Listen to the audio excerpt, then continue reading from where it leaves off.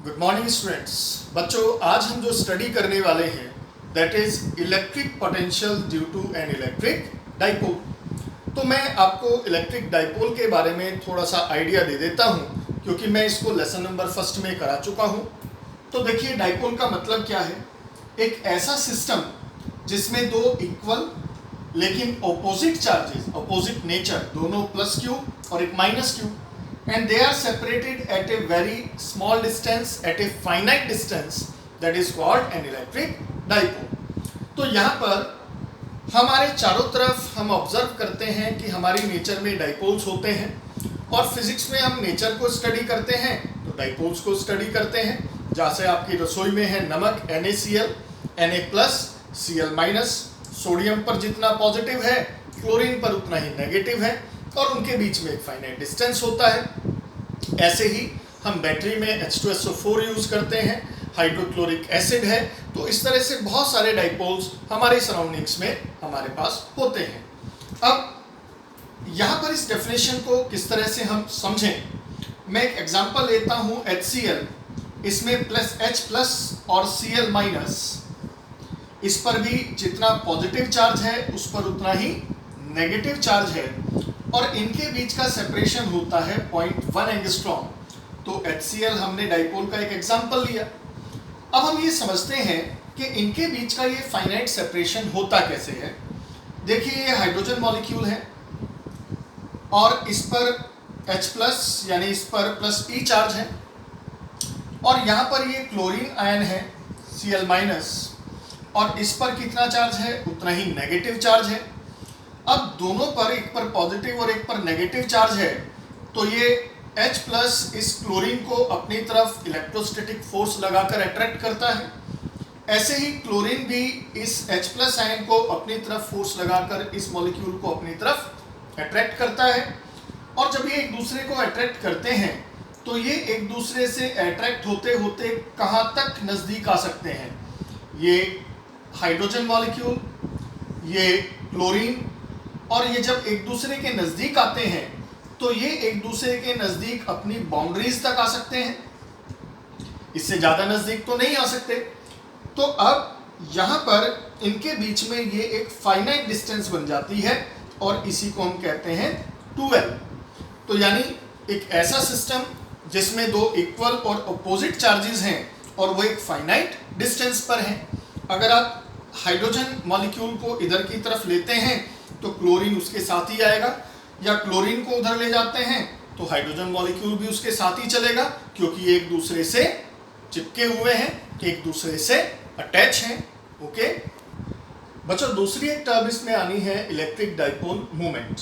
देखिए, electric dipole moment का मतलब क्या है, इसको P से रिप्रेजेंट करते हैं। डाइपोल बनाने वाले दोनों चार्जेस में से कोई भी हम एक चार्ज ले लेते हैं, और ये जो डाइपोल की लेंथ है that is 2L, that is the displacement vector. तो इनकी प्रोडक्ट को हम बोलते हैं इलेक्ट्रिक डाइपोल मोमेंट। और क्योंकि ये एक डिस्प्लेसमेंट वेक्टर है, वेक्टर क्वांटिटी है, चार्ज स्केलर है, तो ये भी कैसी क्वांटिटी होती है, वेक्टर क्वांटिटी होती है। यूनिट क्या बनती है, चार्ज की कूलाम, और ये जो लेंथ है दैट इज मीटर, तो इसकी यूनिट होती है कूलाम मीटर। ओके बच्चों, मैं ये आपको समझा चुका हूँ कि डाइपोल मोमेंट का जो फॉर्मूला था इलेक्ट्रिक डाइपोल मोमेंट का, वो P = Q×2L ही क्यों होता है, ये हमने फर्स्ट चैप्टर में डिस्कस कर लिया है, तो मैं इसको दोबारा डिस्कस करने वाला अभी नहीं हूँ। ठीक है, ओके बच्चों, इलेक्ट्रिक डाइपोल मोमेंट एक वेक्टर क्वांटिटी है। तो अब हम इसकी डायरेक्शन की बात भी कर लेते हैं। यहाँ पर मान लीजिए हमारा ये एक डाइपोल है, इसका ये +Q चार्ज है, ये -Q चार्ज है, और इसकी लेंथ 2L है। अब यहाँ पर हमने इस डाइपोल को फील्ड में एक पर्टिकुलर एंगल पर रखा हुआ है। तो डाइपोल मोमेंट की डायरेक्शन जो हम लेते हैं फिजिक्स में according to the direction of electric field लेते हैं। यानी जब भी डाइपोल को आप फील्ड में रखते हैं तो वो जिस डायरेक्शन में अलाइन होता है, उसकी जो ओरिएंटेशन होती है फील्ड के अलोंग, वही हम इलेक्ट्रिक डाइपोल मोमेंट की डायरेक्शन लेते हैं फिजिक्स के अंदर। तो यहाँ पर अगर मैं इस पॉजिटिव चार्ज पर फोर्स देखता हूँ तो फोर्स लगता है फील्ड की डायरेक्शन में, क्योंकि यहाँ पर अगर फील्ड इस डायरेक्शन में है तो यहाँ पॉजिटिवली चार्ज प्लेट ले लीजिए, और यहाँ पर एक दूसरी मेटेलिक प्लेट रख दीजिए इंडक्शन की वजह से इस पर नेगेटिव चार्ज आया होगा और फील्ड काम करता है पॉजिटिव टू नेगेटिव। तो यहां पर ये पॉजिटिव इसको रिपेल करेगा, नेगेटिव अट्रैक्ट करेगा। तो पॉजिटिव चार्ज हमेशा किधर फोर्स एक्सपीरियंस करता है? फील्ड की डायरेक्शन में। और नेगेटिव किधर करेगा? फील्ड के अपोजिट डायरेक्शन में। अब ये दोनों फोर्सेस देखिए आपस में पैरेलल हैं, इक्वल हैं और एक दूसरे के अपोजिट हैं और एक ही डाइपोल पर काम कर रहे हैं। तो ये दोनों आपस में मिलकर एक कपल बनाते थे और ये कपल इसको रोटेट कराता था इस तरह से क्लॉकवाइज, और रोटेट करा के अब ये कहाँ आ जाएगा? ये चार्ज यहाँ आ जाएगा और ये चार्ज यहाँ आ जाएगा। तो अगर मैं फील्ड की डायरेक्शन के अलोंग अपने डाइपोल का ओरिएंटेशन देखता हूं तो डाइपोल का ओरिएंटेशन होता है -q to +q along the direction of field. तो इसलिए फिजिक्स में हम इलेक्ट्रिक डाइपोल मूवमेंट की जो डायरेक्शन लेते हैं that is -q charge to +q charge according to the direction of field. Okay बच्चों, अब हमारा आर्टिकल है derive the expression for the electric potential at a point on the axis of an electric dipole. ये काफ़ी important derivation है और board exams में काफ़ी बार पूछा जा चुका है। देखिए हमारा ये एक इलेक्ट्रिक डाइपोल ए बी है जिसका ये -q चार्ज है और ये +q चार्ज है, और जो एक्सिस डाइपोल का है उसी एक्सिस पर हमें एक पॉइंट लेना है P, और इस पॉइंट पर हमें इस डाइपोल की वजह से जो पोटेंशियल है वो कैलकुलेट करना है। अब देखिए कुछ बच्चे ये कहते हैं कि सर क्या पॉइंट इधर ही लेना ज़रूरी है? तो ऐसा ज़रूरी नहीं है, आप इस पॉइंट को लेफ्ट साइड भी ले सकते हैं। तो अगर आप इसे लेफ्ट साइड लेते हैं तो उसका फ़र्क क्या पड़ेगा वो मैं आपको समझाता हूँ। पहले हम इस डेरिवेशन को करते हैं। देखिए इलेक्ट्रिक डाइपोल मूवमेंट की डायरेक्शन होती है -q charge to +q charge. मैं इस पॉइंट को O मान लेता हूँ क्योंकि ये P से रिप्रेजेंट किया जा रहा है और ये डाइपोल का सेंटर है C। अब हम डाइपोल की लेंथ 2L लेके चलते हैं। उसका रीज़न यही है कि जब हम सेंटर की बात करते हैं तो यहाँ से ये लेंथ भी L हो जाएगी और ये लेंथ भी L हो जाएगी। तो अगर मैं इसको 2L ना लेके L ले लेता तो मुझे यहाँ L/2 और यहाँ L/2 लिखना पड़ता, जिससे हमारी कैलकुलेशंस थोड़ी सी टफ हो जाती। तो हम इसको टफ ना हो, सिंपल कैलकुलेशंस रहें, इसलिए इसको 2L ले लेते हैं। अब सेंटर से इस एक्सियल लाइन पर इस पॉइंट O की डिस्टेंस हम ले लेते हैं R, और हमें इस पॉइंट पर इस डाइपोल की वजह से पोटेंशियल कैलकुलेट करना है। देखिए हम हमेशा एक्सियल लाइन पर पॉइंट को डाइपोल मूवमेंट की डायरेक्शन में ही ले लेते हैं। अपोजिट लेंगे तो क्या होगा? तो मैंने अभी बताया था कि हम उसे भी आपको समझाने वाले हैं। तो पहले हम अपना बेसिक फॉर्मूला निकाल लेते हैं। देखिए अगर मैं इस +q चार्ज की वजह से इस पॉइंट O पर पोटेंशियल कैलकुलेट कर लेता हूं और इस -q चार्ज की वजह से इस पॉइंट पर पोटेंशियल कैलकुलेट कर लेता हूं और उन दोनों का रिजल्टेंट निकाल लेता हूं, तो ये इस डाइपोल की वजह से इस पॉइंट पर पोटेंशियल आ जाएगा। तो पोटेंशियल निकालने के लिए मुझे दो चीजें पता होनी चाहिए। V is proportional to Q/R। Charge तो मुझे पता है, लेकिन चार्जेस से इस पॉइंट की डिस्टेंस क्या है पहले वो मुझे कैलकुलेट करनी होंगी। तो हम क्या करते हैं, देखिए +q चार्ज से पॉइंट O की डिस्टेंस क्या होगी? इस पूरे R में से ये L सब्ट्रैक्ट कर दीजिए, R में से L कम कर लीजिए, ये आ जाएगा यानी R - L। और -q चार्ज से इसकी डिस्टेंस कितना होगी? इस R में ये L ऐड कर दीजिए तो ये डिस्टेंस हो जाएगी R + L। तो सबसे पहले तो हम कहेंगे potential at O due to +q charge of the dipole. तो ये क्या होगा? V1 that is 1/4 pi epsilon nought. Charge हमारा है Q और यहां से यहां तक की डिस्टेंस है R - L। इसी तरह से हम पोटेंशियल निकालेंगे at O due to -q charge of the dipole. तो डाइपोल के -q चार्ज की वजह से यहां पोटेंशियल होगा जो एक्सियल लाइन पर इसका पॉइंट है V2 that is 1/4 pi epsilon nought. अब चार्ज है नेगेटिव तो -q, क्योंकि हमने कहा था कि पोटेंशियल के फॉर्मूले में चार्ज का साइन भी यूज करते हैं। चार्ज नेगेटिव है तो पोटेंशियल भी नेगेटिव होगा। और यहां से इस पॉइंट की डिस्टेंस है r प्लस एल। अगर मैं नेट पोटेंशियल निकालता हूं at O due to dipole, तो क्या होगा, V equal to V1 plus V2। हम इनका एल्जेब्रिक सम ले लेते हैं। देखिए दोनों में Q upon 4 pi epsilon not common है, तो मैं स्टार्टिंग में ही कॉमन ले लेता हूं।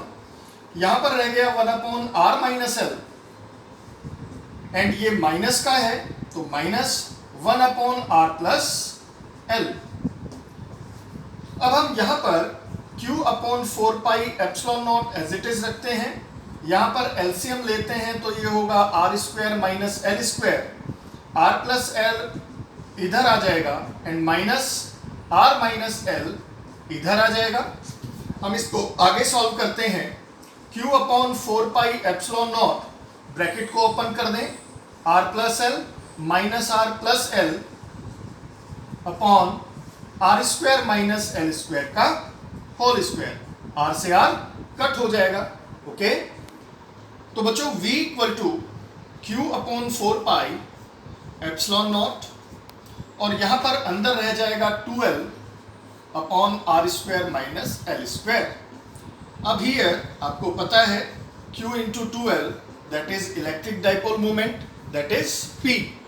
तो हम क्या लिखेंगे, हम लिखेंगे V equal to Q into 2L की जगह हम लिख देंगे P, that is 1 upon 4 pi epsilon nought P upon R square minus L square. तो ये हमारा फॉर्मूला आ जाता है। अब अगर हमारा डाइपोल शॉर्ट है,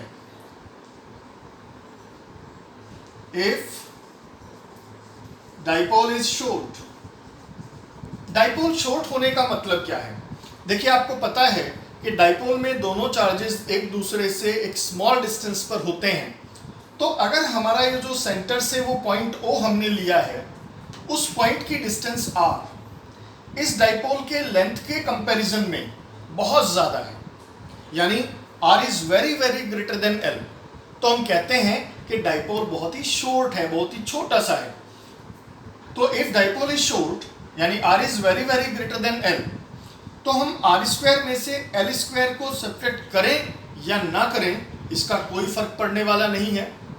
अगर मैं एक जनरल सा एग्जांपल लेता हूं, जैसे मैं HCl का एग्जांपल आपको बता रहा था कि H प्लस और Cl माइनस, इनके बीच का सेपरेशन 0.1 एंगस्ट्रॉम होता था। और मान लीजिए मुझे इस डाइपोल के सेंटर से 1 सेंटीमीटर डिस्टेंस पर यहाँ पॉइंट O मैंने लिया है, यानी R 1 सेंटीमीटर है, और इस पर मुझे पोटेंशियल कैलकुलेट करना है। तो अगर मैं यहाँ पर L की वैल्यू देखता हूँ, लेंथ 2L तो है 0.1 एंगस्ट्रॉम, यानी 0.1 into 10 to the power minus 10 metre, और L हो जाएगा इसका हाफ, यानी 0.05 10 to the power minus 10 metre, या कह सकते हैं 5 इंटू 10 की पावर माइनस 12 मीटर, या 5 इंटू 10 की पावर माइनस 14 सेंटीमीटर। तो देखिए अगर मैं R स्क्वायर करता हूं तो 1 का स्क्वायर तो 1 ही रहेगा, लेकिन अगर मैं L स्क्वायर करता हूं तो 5 into 10 to the power minus 14 का square 25 into 10 to the power minus 28। तो 1 में से आप इतनी स्मॉल वैल्यू को सब्ट्रैक्ट करें या ना करें, इससे कोई फर्क पड़ने वाला नहीं है। तो यही मीनिंग होता है कि इफ डाइपोल शॉर्ट है, R L के कंपैरिजन में बहुत ज़्यादा है, तो हम R square minus L square में एल स्क्वायर को नेग्लिजिबल मानकर छोड़ देते हैं। तो फॉर्मूला क्या रहेगा, 1 upon 4 pi epsilon nought P upon R square.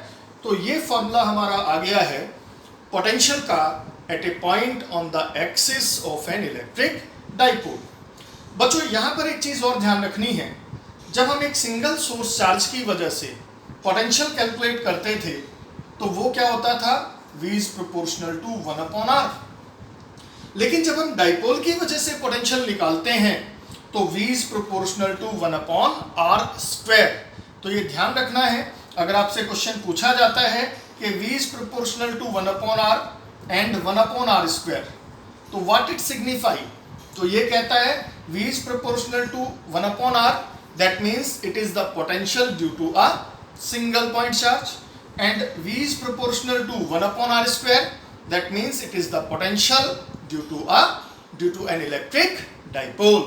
Okay बच्चों, अब हम बात करते हैं वही जो मैंने पहले ही बोली थी कि पॉइंट O हमने इधर क्यों नहीं लिया, हम ले सकते हैं यहाँ भी, लेकिन डिफरेंस क्या होगा वो समझिए। यहाँ पर पॉजिटिव चार्ज इस पॉइंट के ज़्यादा नियरेस्ट था, तो यानी यहाँ पर पॉजिटिव पोटेंशियल ज़्यादा था, और इस नेगेटिव चार्ज से इस पॉइंट की डिस्टेंस ज़्यादा थी, तो नेगेटिव पोटेंशियल कम था।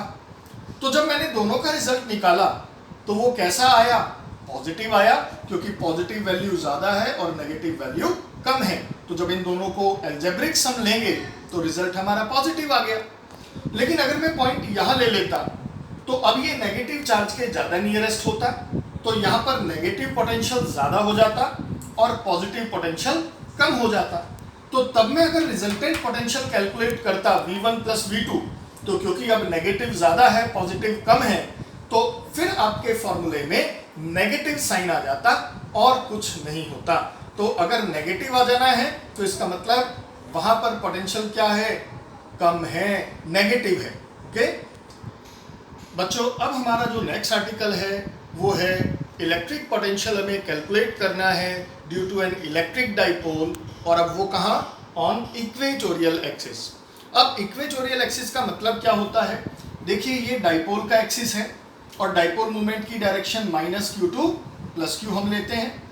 अब अगर मैं डाइपोल के एक्सिस के परपेंडिकुलर एक्सिस ले लेता हूं, तो ये परपेंडिकुलर एक्सिस हमारा कहलाता है इक्वेटोरियल एक्सिस। तो यहाँ पर डाइपोल का एक्सिस ये है और इसके परपेंडिकुलर एक्सिस ये हो गया। तो ये आपका जो एक्सिस है that is called equatorial axis. अब मुझे इक्वेटोरियल एक्सिस पर क्या कैलकुलेट करना है, पोटेंशियल कैलकुलेट करना है। तो देखिए, मैं मान लीजिए इक्वेटोरियल एक्सिस पर वो पॉइंट O यहाँ है जिस पॉइंट पर मुझे पोटेंशियल निकालना है। सेंटर से हम इस पॉइंट की डिस्टेंस क्या ले लेते हैं, r, जैसे कि मैंने एक्सियल लाइन पर ली थी। अब अगर मुझे यहाँ पोटेंशियल निकालना है, तो अगर मैं इस पॉजिटिव चार्ज की वजह से यहाँ पोटेंशियल निकाल दूँ और इस नेगेटिव चार्ज की वजह से यहाँ पोटेंशियल निकाल दूँ और उनका एल्जेब्रिक सम ले लूँ, तो that will be the net potential at point O due to an electric dipole. तो पोटेंशियल निकालने के लिए एक तो चार्ज पता होना चाहिए और चार्ज से इस पॉइंट की डिस्टेंस पता होनी चाहिए। तो देखिए, सबसे पहले मुझे डिस्टेंस निकालनी पड़ेगी। अब यहाँ पर आपको एक राइट एंगल ट्राइंगल दिखाई दे रहा है, and base square plus perpendicular square equal to hypotenuse square से ये आ जाएगी r square plus l square का रूट। सेम इस नेगेटिव चार्ज से भी जो डिस्टेंस है वो यही होगी, root r square plus l square. आपको ये दोनों सिमिलर ट्राइंगल भी नजर आ रहे हैं, क्योंकि दोनों की आपकी एक साइड कॉमन है, ये साइड दोनों की इक्वल है, तो तीसरी साइड भी इक्वल है। चलिए, अब हम पोटेंशियल निकालते हैं at O due to plus Q charge of the dipole.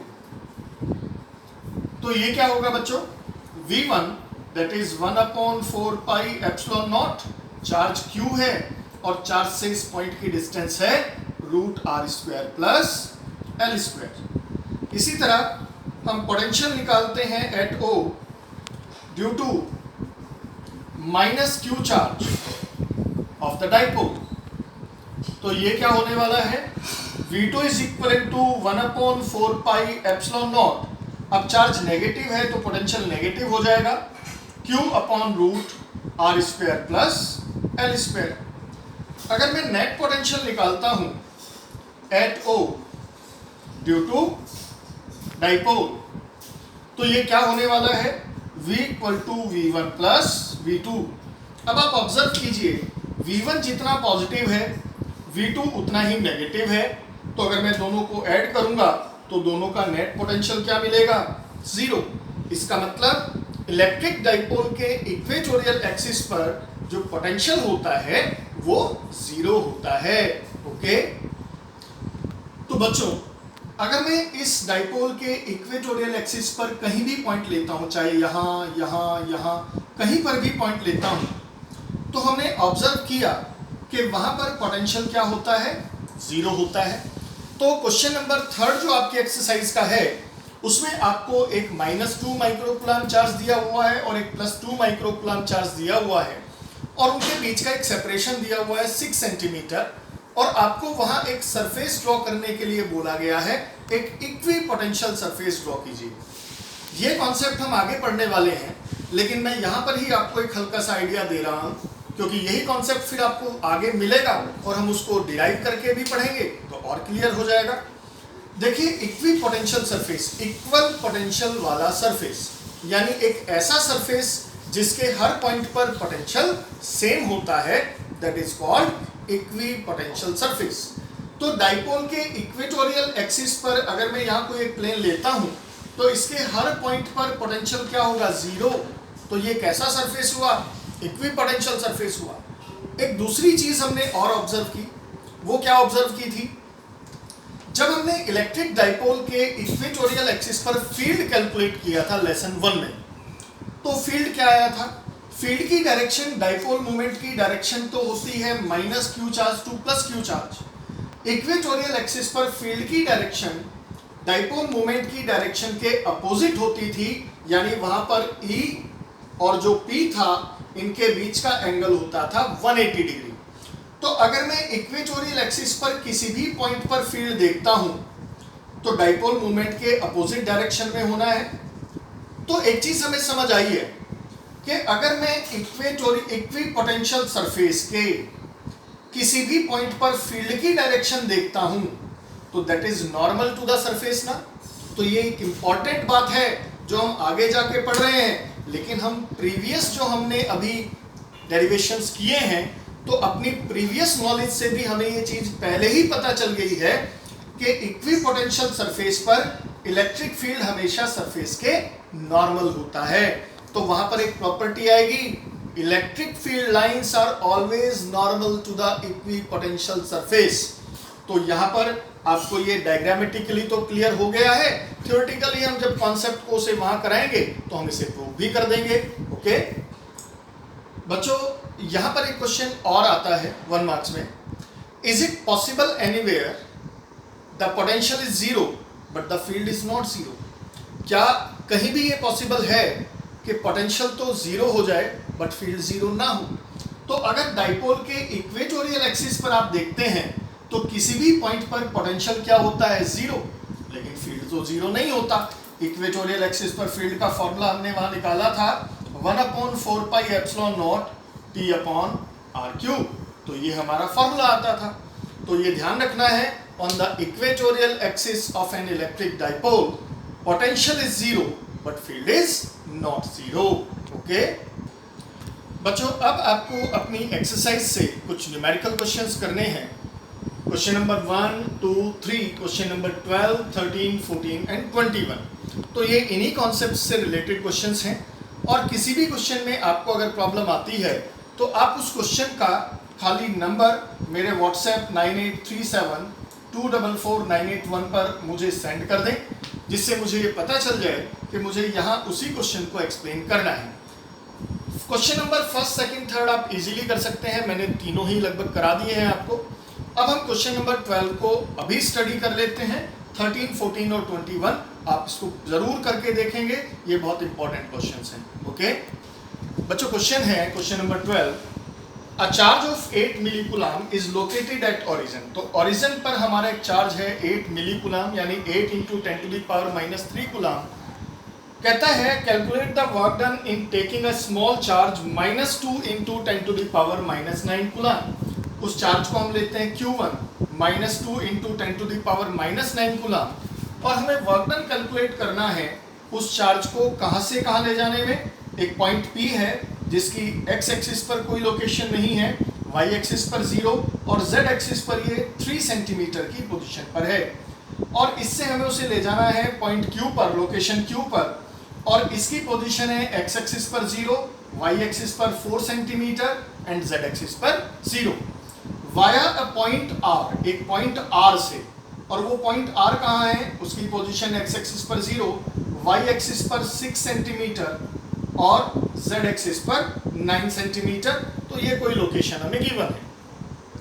देखिए, हमने पता है कि work done W that is होता है चार्ज जो भी हम मूव करा रहे हैं one point two another point Q1 into potential between these two points, यानी P और Q के बीच में पोटेंशियल डेल्टा V या VQ minus VP, VQ minus VP।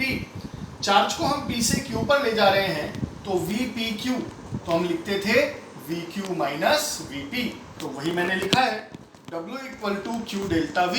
Q1 charge है और इस सोर्स चार्ज की वजह से जो ओरिजिन पर है यहाँ पर पोटेंशियल है VQ और इस सोर्स चार्ज की वजह से यहाँ पर पोटेंशियल है VP। तो देखिए फॉर्मूला हम ये अप्लाई करेंगे, तो W दैट इज Q1 और VQ means 1/4 pi epsilon nought. Charge तो हमारा सोर्स चार्ज Q है और यहाँ से पॉइंट Q की डिस्टेंस है 4 सेंटीमीटर दैट इज RQ, और RQ की वैल्यू कितनी है 4 सेंटीमीटर। इसी तरह पॉइंट P पर अगर मैं पोटेंशियल निकालता हूँ that is 1/4 pi epsilon not. यहाँ पर चार्ज तो हमारा सोर्स Q ही है लेकिन इस पॉइंट की डिस्टेंस है RP और ये RP कितना है 3 सेंटीमीटर।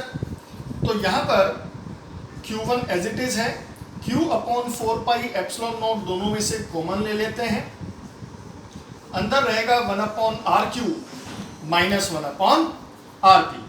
देखिए Q1 की वैल्यू है -2 into 10 to the power -9, Q की वैल्यू है 8 into 10 to the power -3, 1/4 pi epsilon naught की वैल्यू है 9 into 10 to the power 9, 1/RQ, RQ means 4 centimetre, तो 4 into 10 to the power -2 metre, 1/RP 3 centimetre यानी 3 into 10 to the power -2 metre. जब आप इसको solve करेंगे तो आपको ये मिल जाता है 1.2 जूल और वर्क यहाँ पर नेगेटिव आ रहा है।